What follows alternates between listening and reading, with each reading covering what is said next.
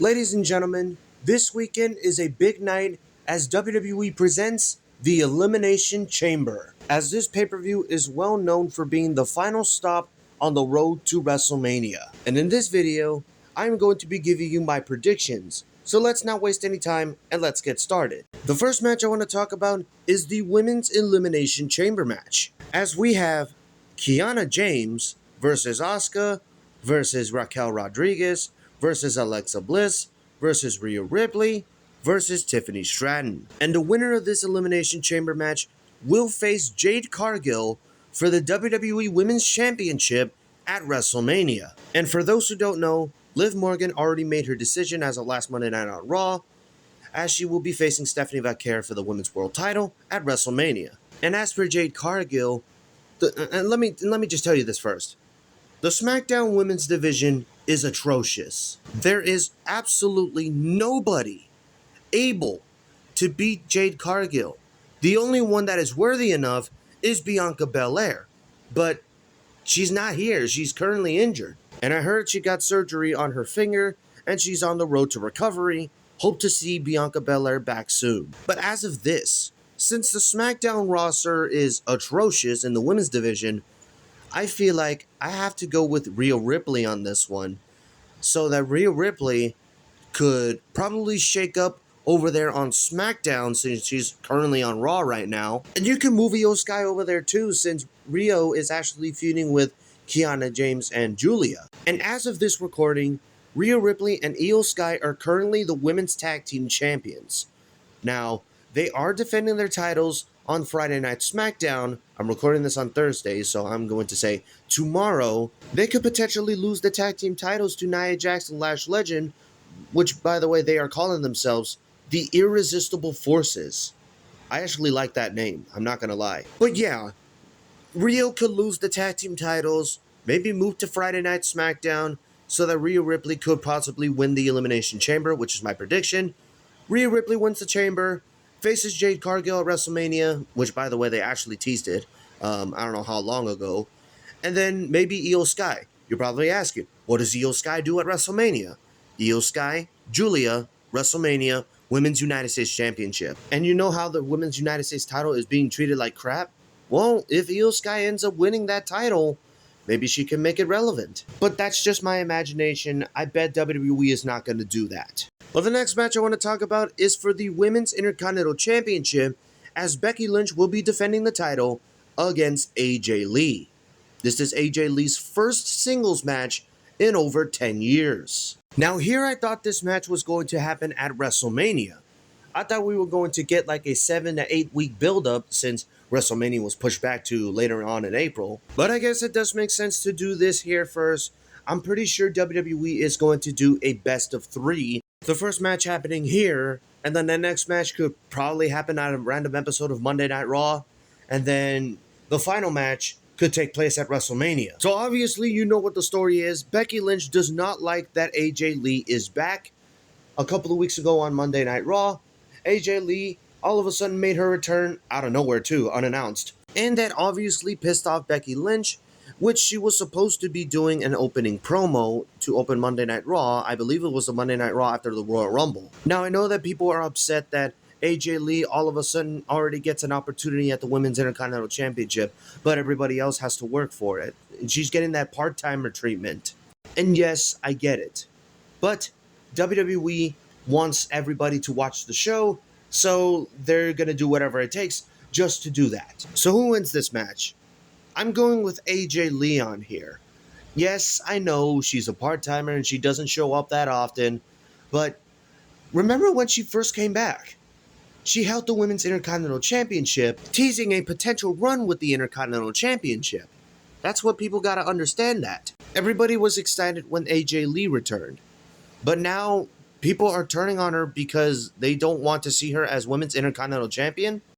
Hey, you might not like it, but WWE is probably going to do it so that she could get a little bit of a run with the Women's Intercontinental Championship until she drops it back over to Becky Lynch, probably at WrestleMania. Now the next match I want to talk about is the Men's Elimination Chamber match, as we have Jey Uso, Javon Evans, Trick Williams, LA Knight, Cody Rhodes and Randy Orton. Now, the winner of this match will be facing the WWE Champion Drew McIntyre at WrestleMania. Now, obviously, the story is that Drew McIntyre wants to make sure that neither Cody Rhodes, Jacob Fatu, and now Randy Orton doesn't make it to WrestleMania to face him for the WWE Championship. And I actually want to talk about Jey Uso for a second.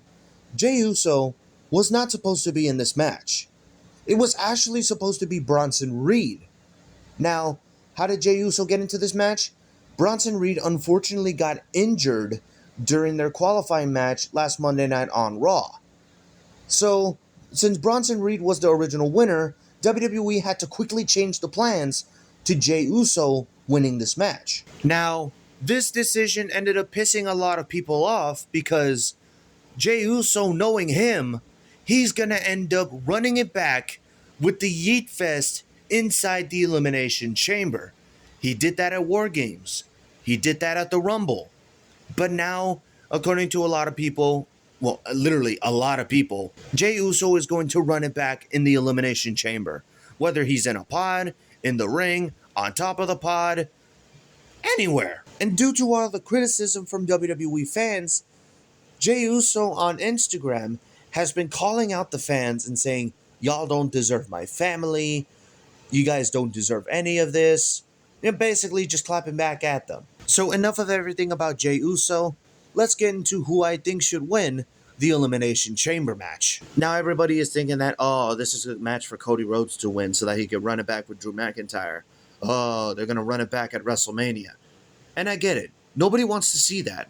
Nobody wants to see Drew McIntyre versus Cody Rhodes for the millionth time at WrestleMania. Now, obviously, the plan for WrestleMania for Drew McIntyre is to walk in as champion and not only to face Cody Rhodes, but also Jacob Fatu in a triple threat match.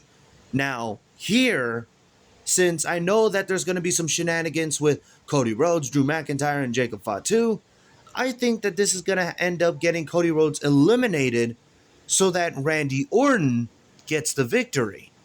Now, Randy Orton is also a target for Drew McIntyre. So not only that this could be a triple threat match at WrestleMania, this could be a fatal four-way match for the WWE Championship. But going through the other participants, Trick Williams is super over with the crowd. Javon Evans, he is also over with the crowd as well.